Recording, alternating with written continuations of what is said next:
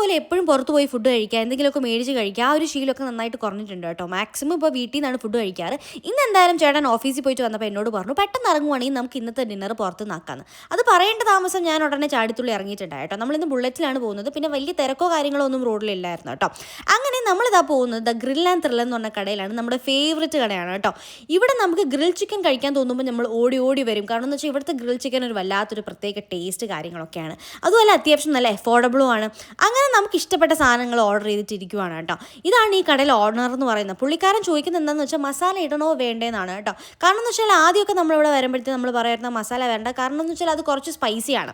പിന്നെ നമ്മളത് കഴിച്ചു തുടങ്ങിയപ്പോഴത്തേക്കും അതില്ലാണ്ട് നമുക്ക് ഈ ഒരു ഗ്രിൽ ചിക്കൻ കഴിക്കാനേ തോന്നൂല. കാരണം വെച്ചാൽ അതും കൂടെ വരുമ്പോഴത്തേക്കും കുറച്ച് സ്പൈസിയും അതിൻ്റെ ഒരു ടേസ്റ്റും കാര്യങ്ങളൊക്കെ നന്നായിട്ട് മാറും കേട്ടോ. അങ്ങനെ കിട്ടിയ പാടെ ഞാനൊരു പീസ് എടുത്ത് കഴിച്ചിട്ടുണ്ടായി കേട്ടോ. ഭയങ്കര ടേസ്റ്റാണ് ഇവിടുത്തെ ഗ്രിൽ ചിക്കന്. അതിൻ്റെ കൂടെ കഴിക്കാനായിട്ട് ഞാൻ പറഞ്ഞത് ബട്ടർ നാനാണ് കേട്ടോ.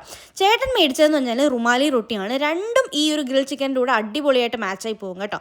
കുറച്ച് ബട്ടർ നാനും ഒരു കുട്ടി പീസ് ഒരു ചിക്കനും കൂടെ എടുത്ത് അവിടുത്തെ അവർ തന്നെ ഉണ്ടാക്കുന്ന ഒരു മയനീസിൽ മുക്കി കഴിക്കണം. എൻ്റെ അമ്മോ അടിപൊളി ടേസ്റ്റാണ്. അപ്പോൾ ഇതായിരുന്നു നമ്മുടെ ഇന്നത്തെ ഡിന്നർ എന്ന് പറയുന്നത്.